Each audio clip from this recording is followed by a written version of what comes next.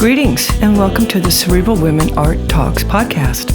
I'm Phyllis Hollis, your host. As an extension of my Instagram page, Cerebral Women, this podcast offers insights into the visual art world. I interview artists, mainly artists of color and female artists who will freely articulate what inspires their creativity. In addition, you'll hear interesting perspectives from dedicated art professionals who work with artists and the art institutions that feature them. I'm confident that collectively, these individuals will indeed stimulate your mind as they do our eyes. Please know these interviews are conducted in my Manhattan apartment, so please forgive the background sounds of city life. Welcome to the Cerebral Women Art Talks podcast. Today I feature Nigerian artist Ike Ude. He is a photographer, a performance artist, and an author of several books. He is an aesthete with a brilliant mind. Hence, in 2017, Ike spoke during a global TED Talk in Tanzania to discuss his book, Nollywood Portraits, A Radical Beauty. He is also founder and publisher of aRude magazine, and Vanity Fair International Best Dressed list featured him in 2009, 2012, and 2015. Artsy ranked him, along with Rembrandt, Van Gogh, Warhol, among the top 10 masters of the self-portrait. Welcome, Ike Ude.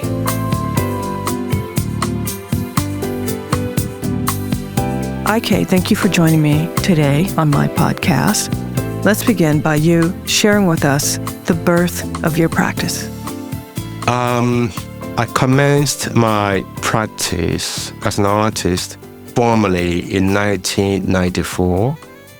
But before then, I had worked as a painter and was championed by the great art patron and maestro by name Henry Getzeler, who was very instrumental to the careers of Warhol, Hockney, Basquiat, Keith Haring, Francesco Clemente, and the likes in the 80s. But he died in 1994. Then I met a dear friend of mine named Lyle Ashton Harris, and we had a wonderful, fertile, artistic friendship. And meeting him helped me to transition from painting to conceptual art. And that led to my seminal body of work in 1994 called the Cover Girl series. I remember that series. Did you? I do. I loved it. It was interesting, thought-provoking, and the words that you would choose on your covers were intellectually challenging. Yes. So we were at the forefront, if you like, the vanguard of contemporary gender discourse. And I had thought that it would be most contagious to employ the magazine cover as a frame to engage gender discourse. And by using popular magazines such as Vogue, Rolling Stones, Ebony, Arena, Esquire, Vanity Fair. Vanity Fair. By doing so, it would blur the gap between fiction and nonfiction, and invariably would draw the attention of many people. And it succeeded because people would look at the magazine titles they're familiar with from the newsstands, but the captions on the cover of the Cover Girl series was quite different, was quite radically different. Very radical. Yes, and it speaks about the issue of gender as a societal construct and alludes to the various permutations of how we construct race, gender, and sexuality in our cultures, and some of the discrepancies, some of its paradoxes, and many other variables. one of your issues was titled Gender, God, and RuPaul. And Yes. RuPaul was on the cover? Yes. Shortly after the magazine, the Cover Girl series, I began to do a more secular magazine in the public sphere called aRude magazine, A-R-U-D-E, aRude magazine. And it was named as such in homage to the West Indian rude boys of London in 1960s to introduce a rather fetching, cool, C-O-O-L, cool quotient to the London scene. And by so doing, and the likes of the Beatles, the Rolling Stones, David Bowie, and what have you, the white English lads became cool by imitating the rude boys of the Caribbeans. So it was an homage to the Caribbean rude boys of London 60s, the swinging London 60s, that I named the magazine aRude. But I put a little A in front of rude because Americans have no history of the rude boys movement. So if I were to not put the A, they would be very miffed by a magazine called Rude Magazine. So the first issue was I had a very rather lengthy interview with the great dancer and choreographer Bill T. Jones. That was my first cover subject, or cover girl subject, if you like, in the mainstream. And I was seconded by a cover, by an issue titled God, Gender, and RuPaul, because RuPaul just came out with her hit song called You Better Work, or Supermodel, You Better Work. And that was the big song at the time. So I interviewed him and put him on the cover of that because it was just like hot on the heel of my Cover Girl series. So it was quite a very, very wonderful, fun time. So, I do want to circle back to aRude, only because I want to brag about the fact that I actually worked with you and was co-publisher on a couple issues and had the pleasure of meeting and spending time with Christian Louboutin. I remember we spent, I think it was an hour and a half. We were in a hotel room with Jane Birkin, and that was a real treat. She's just so delightful. And then Manolo Blahnik, Diane von Furstenberg, and Robert Smith. I can't forget Robert Smith, then Reggie Van Lee, Caroline Herrera. Yes, it was a great experience. I think I was co-publisher with you, if I remember correctly, on 2 issues.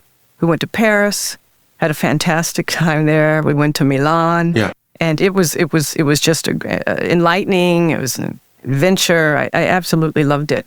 But after I left, I remember you did publish a few more articles. Can you elaborate on where the magazine is now, what you're doing now? After you left the magazine, it didn't just completely... I didn't leave. Yeah, I didn't leave, so to speak. I took a departure. Yeah. But afterwards, I did a few more issues until 2009, when it became very clear that the internet is the preeminent media, and the world of print magazines, the newsstand shrunk, and it became very apparent to me early that the newsstand is on the palm of the hand in the way of smartphones. So I even went as far as saying that at this juncture, the printing of magazines and newspapers is quite environmentally responsible, because if you don't have to go to the news center to get news, why print with all these papers and the trees? And so I stopped printing online, and aRude magazine is going to come back in a book form, movie, and art format. It's in the works. In the works. It's in the works, yeah. Good. I look forward to it. Yeah. I look forward to it. And it will be called aRude 1x10. 1x10? Tell me, what does that mean? It's a best kept secret, yeah. But you will see, yeah. I look forward to it. Just remember aRude 1x10. Okay. On the topic of magazines, I'm always impressed that Vanity Fair continues to make me want to buy a magazine, especially the best dressed issues. You've been in 3 of the best dressed issues, correct? That's correct. Yeah, you and Amy Fine Collins are have this intellectual connection in addition to both very much appreciating fashion. Yes, also not so much fashion, but style. Yes, style. Yes. Because you can distinguish between the two for sure. There's a huge chasm between fashion and style. Fashion, especially fashion as we know it since the time of Chanel or the English couturier who lived in Paris, Worth, or Madame Vionnet.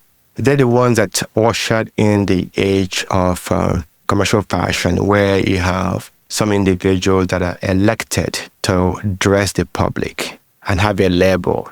They began this culture of fashion labels, as if you like. In the 19th century, there was no necessarily like fashion labels that you go to a shop and buy off the rack. It's quite a recent phenomenon in human history to buy off the rack. Before, you had things made by a tailor of some sort. And then fast forward, we have a plethora of fashion labels. And I never liked the whole commercial fashion culture. I appreciate clothing for how it ennobles the naked body and spare us from some of our physical, unsightly aspects of the body. Are you saying that you disagree with Mother Nature and how over time gravity works against us? I mean, imagine, for example, right, say the Pope or even like the American president giving a speech naked, all clothed, right? I don't want to imagine that. I think it'd be quite distracting, no? Yeah, so that's one example of just how much fashion ennobles the naked body. Yes, but even a beautiful body would distract. It would still distract, exactly. So fashion does have a very ennobling and civilizing qualities that it imbues us on a daily basis. Even the dead are clothed in the coffin. Yes. It tells you how much distracting the body is, isn't it? That plus the fact too that fashion is the index of culture. When you look at the picture, painting, drawing, however crudely, even some primitive drawings, you tend to locate the subject based on how they're clothed or how they are accessorized or the hairstyle of them than anything else. So that is how fashion is also a way to distinguish professions, whether it be a policeman. Even within the police department, they have different fashions where you have by ranks and different quirks, colors and badges. These are all markers and indexes and ciphers of fashion. When I talk about fashion, the word I use fashion in my artwork is not to deal with labels at all, which I couldn't care less. It's about how fashion codifies our existence and maintains hierarchies of cultures in different spheres and distinguishes us as well. So those are my interests, and if you allow, I use the appalling word fashion to say those are my interests in fashion in that sense. So I've been beginning to notice that there's an intersection between art and fashion because there are some high-end retail stores that are hosting events where they'll feature an artist or they'll feature a collection of art. They'll also hire a DJ to provide, I guess, background music or music. So it's an intersection of art, fashion. Architecture, even. Yes. That's for architecture as well. And music. And architecture as well. They work with architects. Yeah. Yes. I think basically fashion is very, very promiscuous, an industry. So they're always finding ways to expand their reach, to tease, to seduce, and to valorize the industry from commercial to something more cultural, with some kind of cultural gravitas. So they will work with someone like Rem Koolhaas or Tado Ando or Herzog de Meuron, the Dutch duo architects. So they would work in collaboration with great architects of our time. And then they would have something like an art foundation. Like you have the Prada Foundation in Milan. You have the Louis Vuitton Foundation, I think. And yes, they have some excellent exhibitions. And I think even like Trussardi have a foundation as well in Milan. So they've got these foundations where they display their art collections, or even have an in-house director or curator of exhibitions to take care of their foundations. And it gives them a cultural gravitas, so that they're just not looked upon like just mere commercial fashion peddlers, who peddle new collections, quote unquote, new collections every season. I think the commercial intersection of art and art in quotation mark and fashion is quite crass and south of desirability. Why do you say that? Because at that point it's entertainment. It's not art. Art offers you a space to contemplate and to think and to reflect, and some degree of quietude and less noise. The other kind of fashion art crass engagement is too noisy and too ephemeral and, quite frankly, inconsequential in the end. I love listening to your perspective on things. And on that note, I want to talk about the global TED Talk that you did. I would love for you to share with the audience that experience, what you talked about, and even perhaps the preparation for it. Okay, so when I was in boarding school in Nigeria, I was in the debating club society. So I'm used to debating in public, which I quite enjoyed, actually. I can tell. I know. But the TED Talk was quite something else in terms of his preparations. They're very, very strict with the time window they give you to spend on the stage. And they want each and every speaker to get to the point and be very clear. Clarity in language, clarity in objectivity of the talk, clarity in subject matter, clarity in theme, and you name it. So they have you go through this hoop and rehearsal over and over and over again, just to make sure that you meet all the requirements and on time that they allocate you, whether it's 8 minutes or the longest time they give you, sometimes 15 minutes. I was given 15 minutes. They found me a bit cuter than other speakers, I suppose. So they gave me 15 minutes. And what did you discuss? I started with the work I did for the Guggenheim Museum in 1996. It's called Uses of Evidence. Uses? Of evidence. Of evidence. Yes. That's interesting. So it was a very large installation work. On the outside, it measures 8 feet in height and 4 feet on the 4 squares. It's a square. It's a 4-sided installation. So each side is 4 feet and the height is 8. So on the outside is a collage of routine and stock images of Africa in the Western media, namely sickly, disease, war, and safari images of wild animals. And inside it, and there was windows on each side of the installation piece. If you look through the window, you see a very tranquil, domestic scenes of Nigeria and Africa of my family and friends. They played polo, they played cricket, they drank tea, they had weddings. There was no wild animals involved and the disease.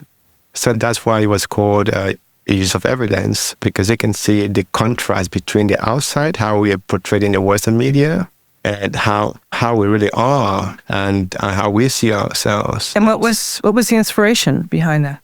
Living here and knowing, seeing that you find how you're portrayed as very, very odd and very bizarre as opposed to what you know about yourself, right? It doesn't sink the way it's very, very strange. So your book, Nollywood. So I spoke about... I would think the book Nollywood is almost an extension of that inspiration or that project, because in your book, you highlight Nigerians, the reality. The film industry of Nigeria.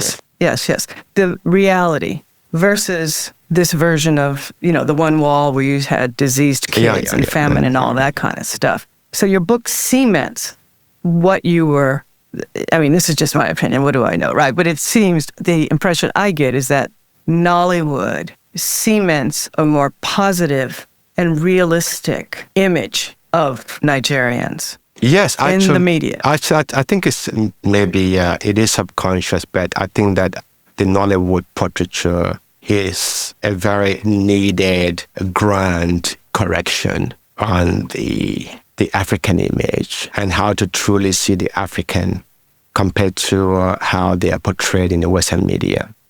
Yes, so it is corrective and it is factual and it is verifiable as well. So during the TED Talk, I'm sorry, I didn't mean to interrupt you, but during the TED Talk, did you get an opportunity to address? Yes, I spoke about Nollywood. I spoke about the Cover Gogh series. What else did I speak about on the TED Talk?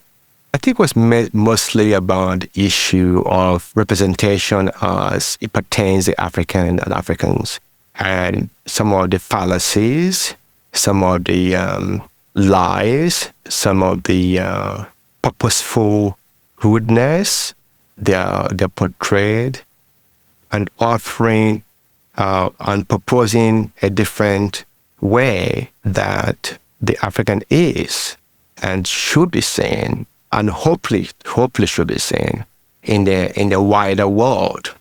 Yes. That's important. It's an education. There's so much ignorance in the world about different people, different places, different countries. So it's great that we have people of you to publish books like that. Thank you. On the subject of art, getting back to art, so now you are working with people like Carolina Herrera, Amy Fine Collins, and producing these beautiful, elegant portraits. Let's talk about that. I think that I'm enjoying my finest hours and phase of my art practice. I have this marvelous juncture where all of my artistic sensibilities and aesthetics converge. We're talking about colors, exquisite props, costumes, pictorial organizations, scale, textures, atmosphere, and great subject matters. So they're all together in this in each of the frame that I portray myself.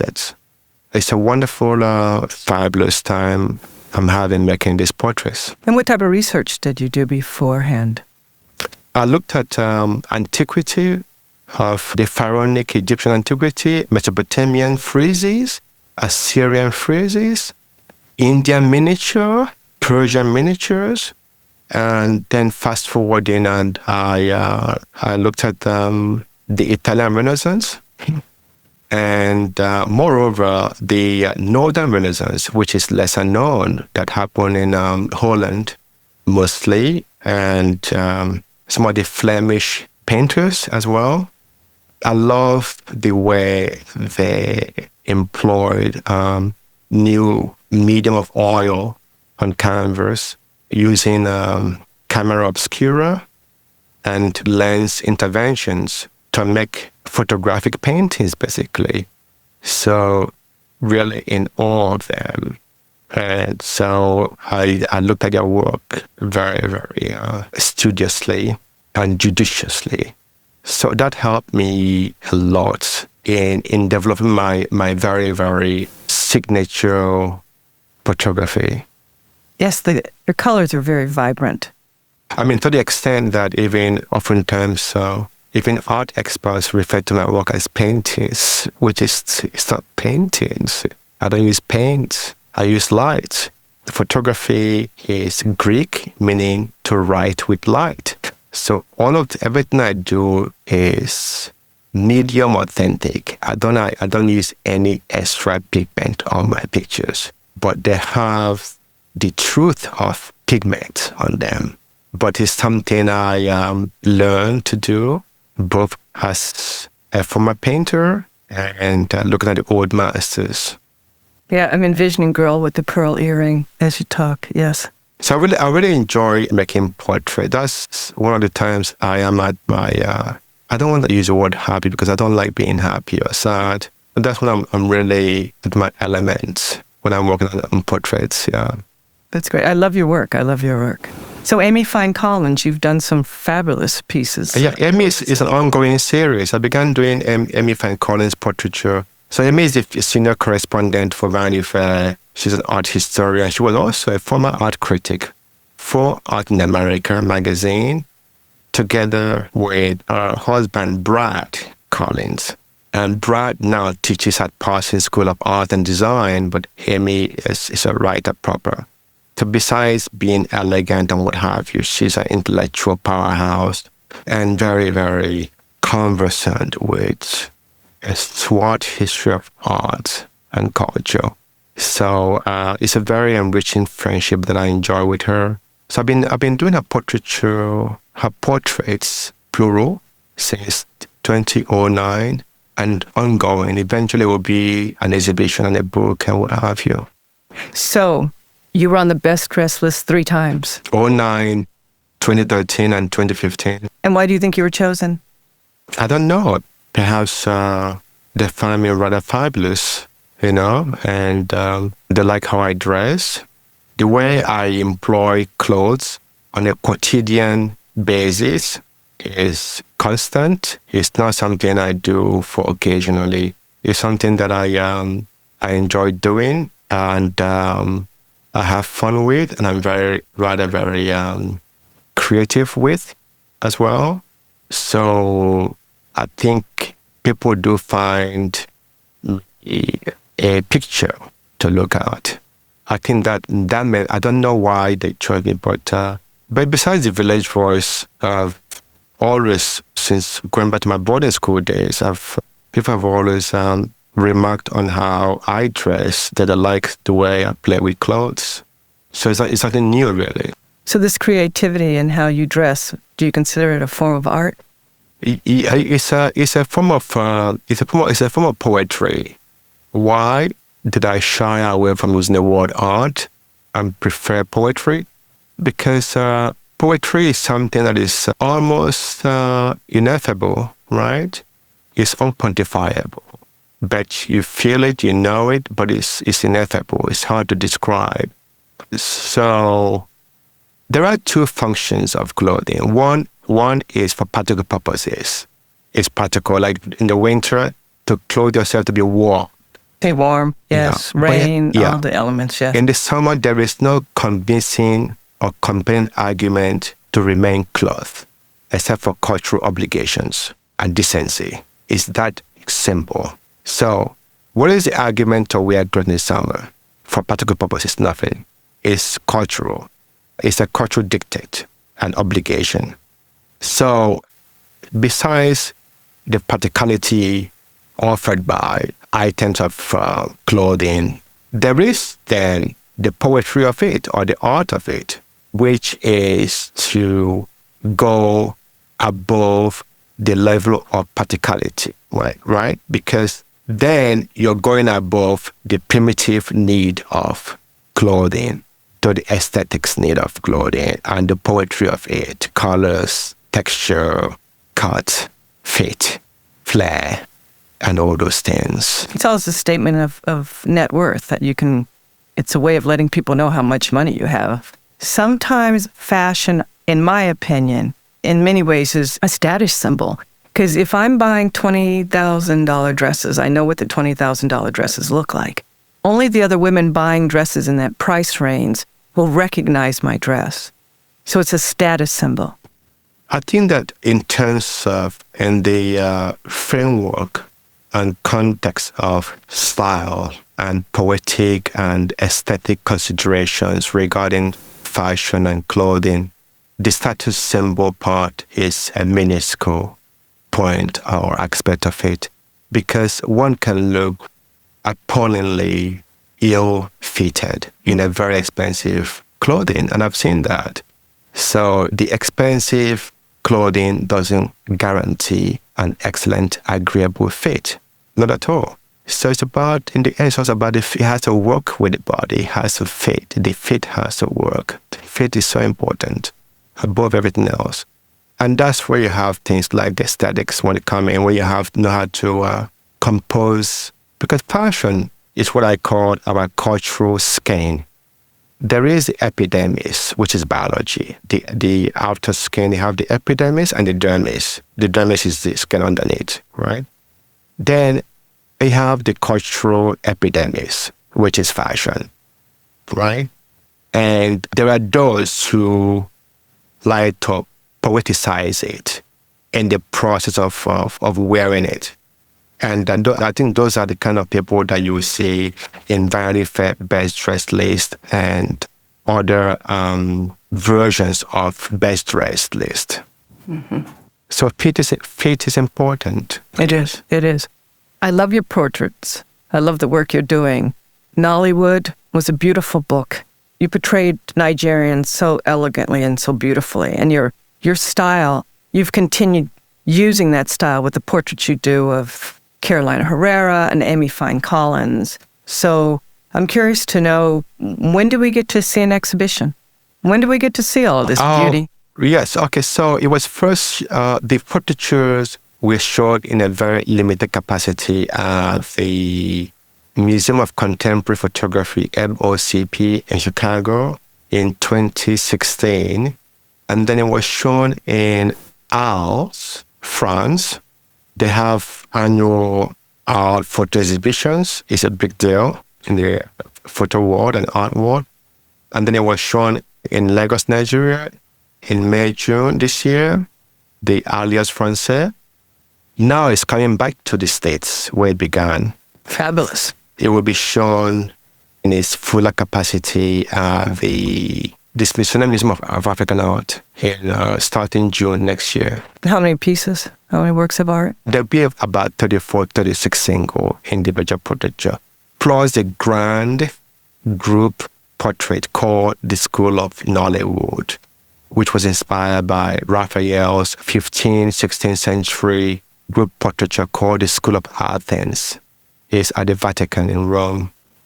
Interesting. Yeah, and it measures 17 feet by 27 feet. Enormous. It's quite huge. It's a wall piece, yeah. I think I've seen that image on your Instagram page, correctly? Yes, yeah. Right. So that's Smithsonian starting the 2020, June 2020. Yeah, and it might run for like a year-long exhibition, I think, or 6 months. Yeah, that's fantastic. Will you have any work here in New York? Will you have an exhibit here in New York anytime soon? I'm speaking with my art dealer, Leila Heller Gallery, about doing an exhibition concurrently with Smithsonian. Because sometimes it's very good that if something's happening, if something's going on at the museum, to have that also in the gallery, it kind of feed off of each other in a way. I remember your earlier shows with that gallery. There were self-portraits. Yeah, Sartorial Anarchy. It's one of my most popular art projects, yeah. Right, RISD, you were at RISD. I remember being up there at Providence, and one of your portraits was on the bus stops. They were so fond of the work you did. Yes.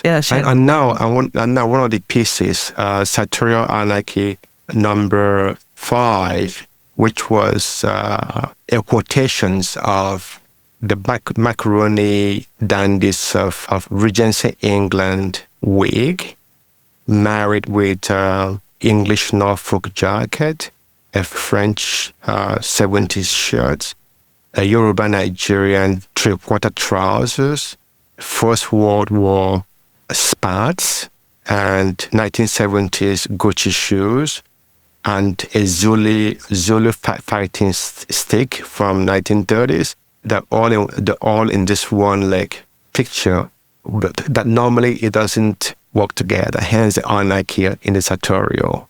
So right now it's been stored in the 19th century European galleries at the Artsy Museum. Fantastic. Which is quite a first to have such an African subject amongst the European gentries.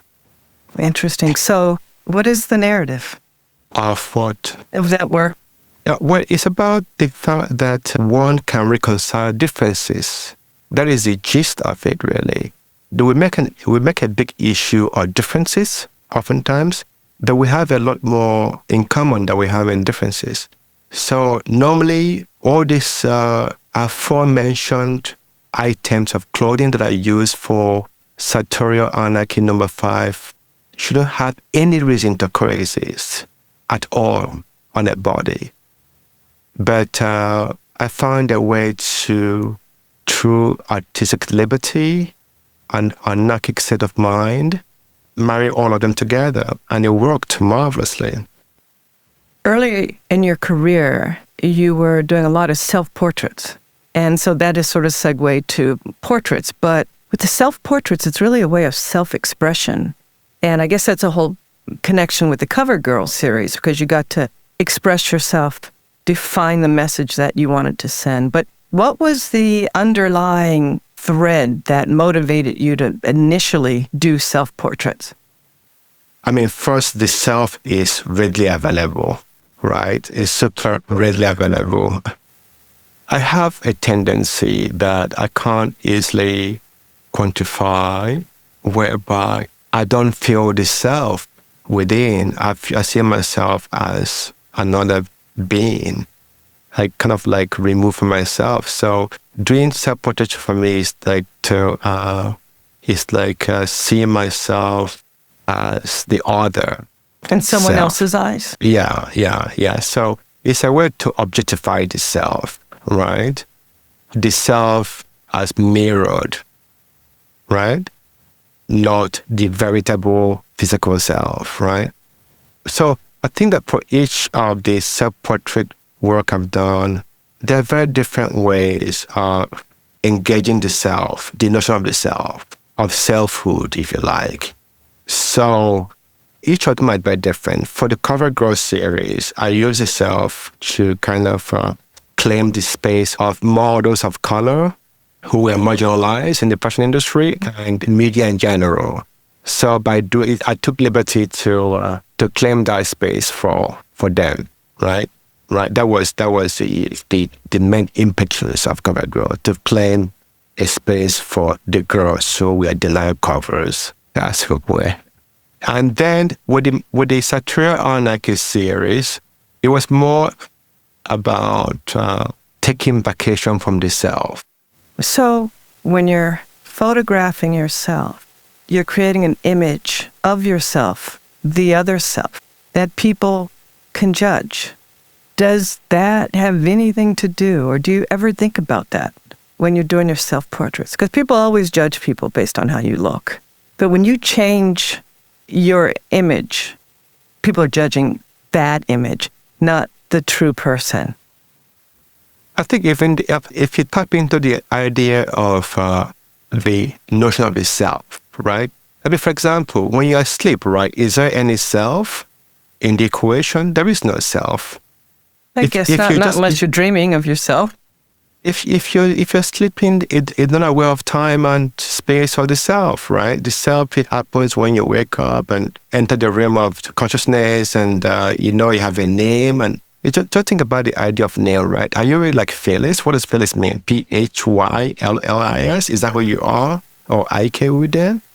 6-letter words? Is that who am I? Okay, so I think that the self is quite complex, really. So the self is very negotiable, and it's like it's very primitive, it's unbound, it's wild, and it's always in constant flux. So the self is negotiable. That's why I continue to do self-portraiture, because in doing that, I'm always in perpetual discovery of the various permutations of selfhood. Interesting. And so the different outfits, I don't want to call them outfits, but the wardrobe that you have, you're recreating yourself every time? The clothings are markers of are cultural markers in all its varieties and contradictions and manifestations. So that is how I employ items of clothing and self-adornment in the portraiture. They are not in itself designed to be the end result of how to read the pictures, but they do play some protagonistic roles in the overall composition. Well, I know when I view your portraits, your self-portraits, it always makes me think. And not only do I think of the image I see, the colors I see, but every item of clothing and the other items that you use in your portraits really do make me think. And it makes me question how they're all connected. So they're thought-provoking. And some of it also is purely subconscious as well.